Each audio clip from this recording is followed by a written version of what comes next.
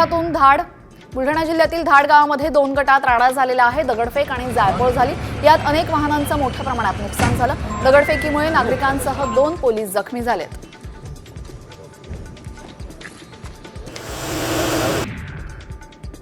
बाष्पयुक्त वाऱ्यामुळे राज्यामध्ये 3 दिवस दाट धुकं वाढून पारा 3 ते 5 अंशांनी खाली येईल असा अंदाज वेधशाळेने व्यक्त केलाय। 4 डिसेंबरपासून कडाका कमी होईल, तसेच पावसाचा इशारा हवामान विभागाने दिलेला आहे। मागील काही दिवसांपासून मुंबई आणि परिसरामध्ये थंडी वाढली आहे।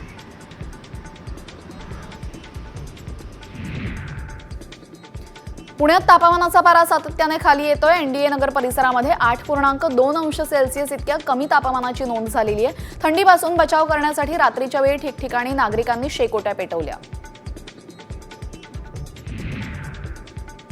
उल्हासनगर अंबरनाथ शहरी भागामध्ये थंडीचा जोर वाढला आहे। कमाल आणि किमान तापमानामध्ये कमालीची घट झाल्यामुळे नागरिक शेकोट्यांचा आनंद घेत आहेत, तर अनेक ठिकाणी शेकोट्या पेटलेल्या दिसून येत आहेत।